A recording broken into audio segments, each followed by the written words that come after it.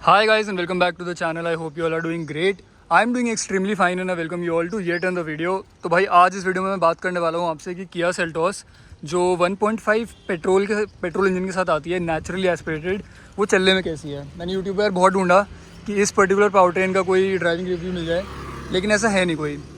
तो आपने डीजल के रिव्यू बहुत देखे होंगे, आपने टर्बो पेट्रोल के रिव्यू बहुत देखे होंगे, बट इस पर्टिकुलर इंजन मतलब इस पर्टिकुलर पावर ट्रेन का ड्राइविंग एक्सपीरियंस जो है वो आपको बहुत कम मिलेगा। तो मैंने सोचा क्यों ना खुद ही एक वीडियो बना दिया जाए। तो this is the Kia Seltos HTE variant and this comes with the 1.5 naturally aspirated petrol engine. मैं आपको इसका एक बार हुड खोल के दिखा देता हूँ।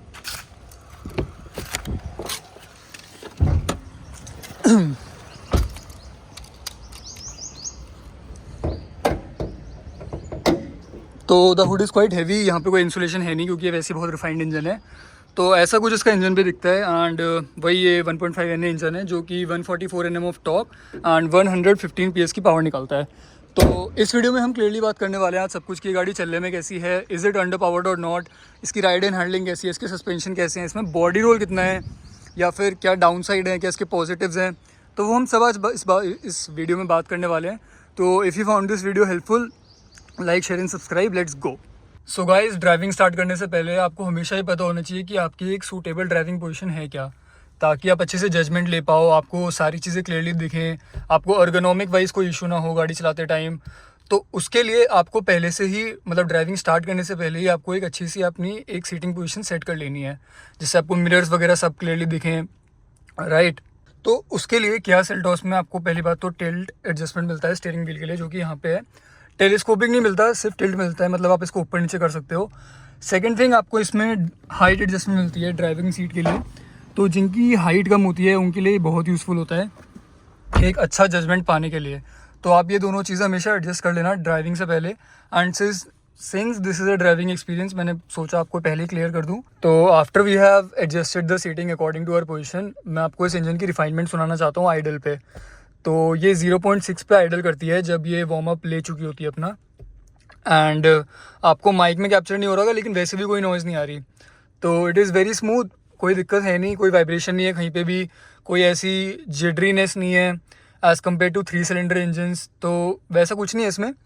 सो since this is a 4 cylinder, refinement is top notch. और Hyundai के इंजन्स, Hyundai किया के इंजन्स जाने ही अपनी रिफाइनमेंट की वजह से जाते हैं। तो बी इट एट आइडल और व्हेन इट इज़ रनिंग, वो मैं आपको दिखाऊंगा अभी। तो ऐसा कोई आपको इशू नहीं होने वाला रिफाइनमेंट के उसमें, कहीं पे भी वाइब्रेशन नहीं है, कोई भी ऐसी आपको हार्शनेस नहीं लगेगी इंजन नोट की। तो अगर मैं आपको रेव करके दिखाऊं तो कहीं पे भी आपको ऐसा नहीं लगेगा कि इंजन स्ट्रेस्ड है या फिर कुछ है। So that was it about the refinement. So या तो गाइस, अब बात कर लेते हैं किया सेल्टोस 1.5 NA इंजन की ड्राइविंग एक्सपीरियंस के बारे में।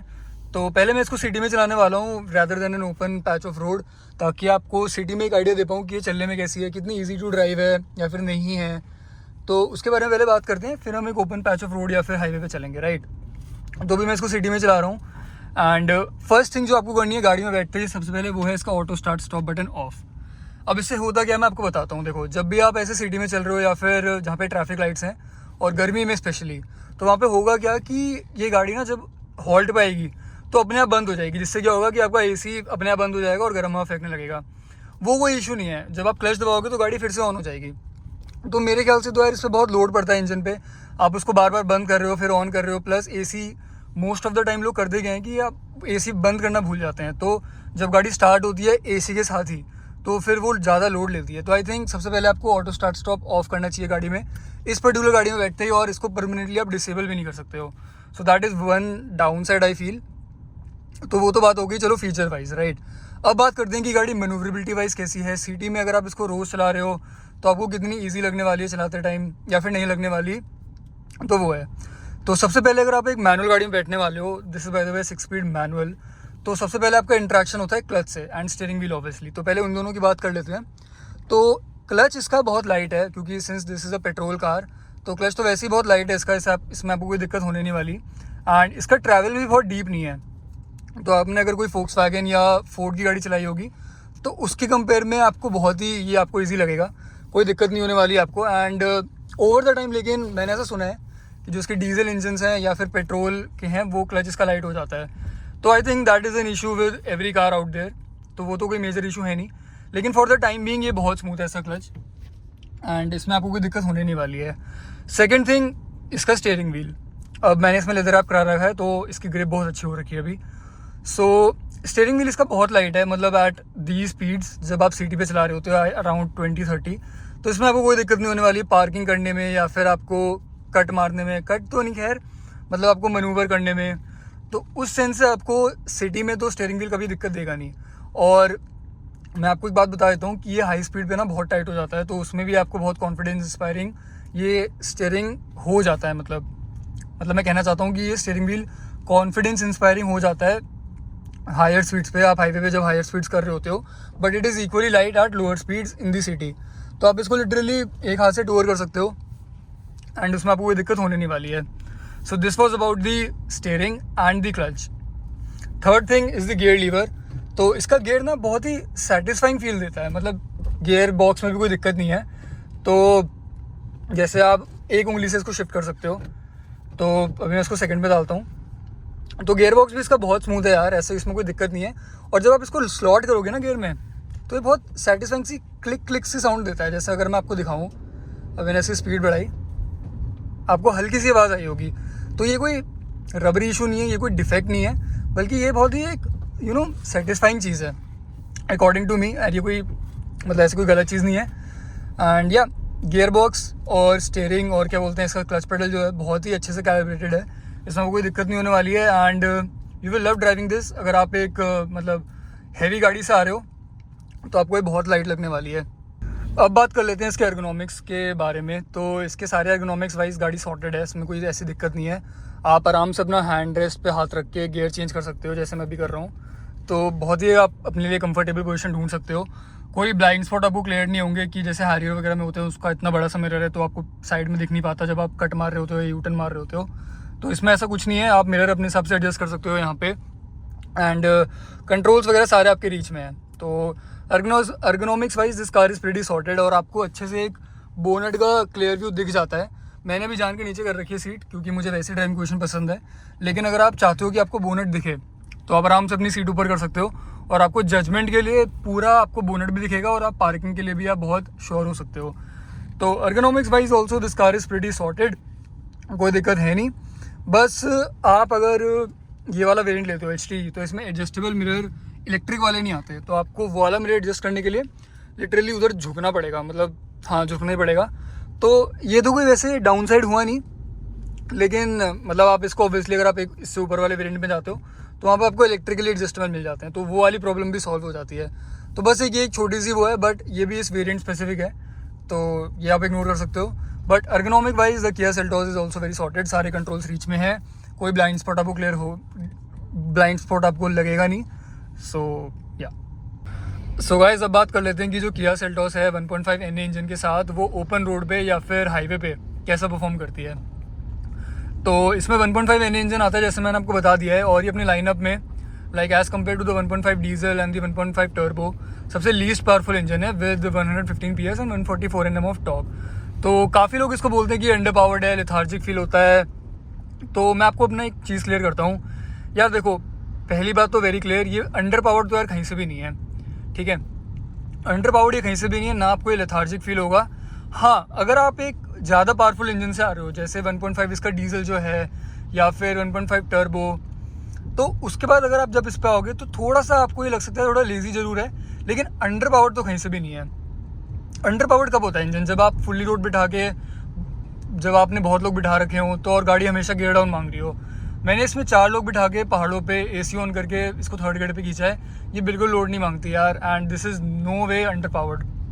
जबकि जो आपके 1 लीटर टर्बो इंजन होते हैं उसमें आपको गियर डाउन करना पड़ता है आपको अपनी टर्बो रेंज में गाड़ी को रखने के लिए। सो अगर आप ये सोच के इस गाड़ी को कैंसिल कर रहे हो कि ये अंडर पावर्ड है, तो आई वुड प्रेफर कि आप इसकी एक बार टेस्ट ड्राइव लो, और इसके सेगमेंट के जो बाकी इंजन है जैसे 1.5 iVTEC या फिर जो मारुति का K15 आता है, आप उनसे एक बार कंपेयर करके देखो, आपको ये बिल्कुल अंडर पावर्ड नहीं लगेगा। एंड वही है कि यार अगर आप वही एक हायर इंजन से आ रहे हो इस पर तो तब थोड़ा आपको लग सकता है, लेकिन वैसे बिल्कुल अंडर पावर्ड नहीं है, तो आप उसकी टेंशन बिल्कुल छोड़ दो। सेकेंड थिंग, कमिंग टू इसकी लो एंड टॉर्क, तो अगर आप एक डीजल लवर हो या फिर आप एक डीजल गाड़ी चलाते हो तो आपको इसमें वैसा लो एंड टॉर्क तो बिल्कुल नहीं मिलेगा। ये बहुत लीनियरली उठती है, तो अगर मैं इसका पंजा दबाऊँ एकदम से तो ऐसा नहीं होगा मुझे एक सडन बूस्ट ऑफ पावर मिला, ऐसा बिल्कुल भी नहीं है। ये एकदम आराम से उठेगी, एकदम मतलब आराम से, मतलब ऐसा भी नहीं कि बहुत टाइम लगा देगी, उठेगी, लेकिन it will take its own sweet time like a typically an engine. And या थर्ड थिंग, इसकी माइलेज, जो कि बहुत एक इम्पॉर्टेंट फैक्टर है जो इस गाड़ी को खरीदते हैं। तो यार देखो, अभी तो मैं इसकी जैसे अभी टेस्टिंग कर रहा हूँ, तो ये भी मुझे 8 का माइलेज दे रही है। लेकिन अगर मैं इसकी जैसे बहुत देर खड़ी भी थी, तो अगर मैं इसको नॉर्मली सिटी में चलाता हूँ तो ये मुझे 11-12 की माइलेज तो आराम से देती है, जब मैं इसको सिटी में विद ट्रैफिक चला रहा होता हूँ। सिटी में अगर ट्रैफिक नहीं है तो ये मुझे 16-17 की भी आराम से इसने मुझे दी है, 16-17-18 ऐसी भी इसने मुझे रेंज दी है।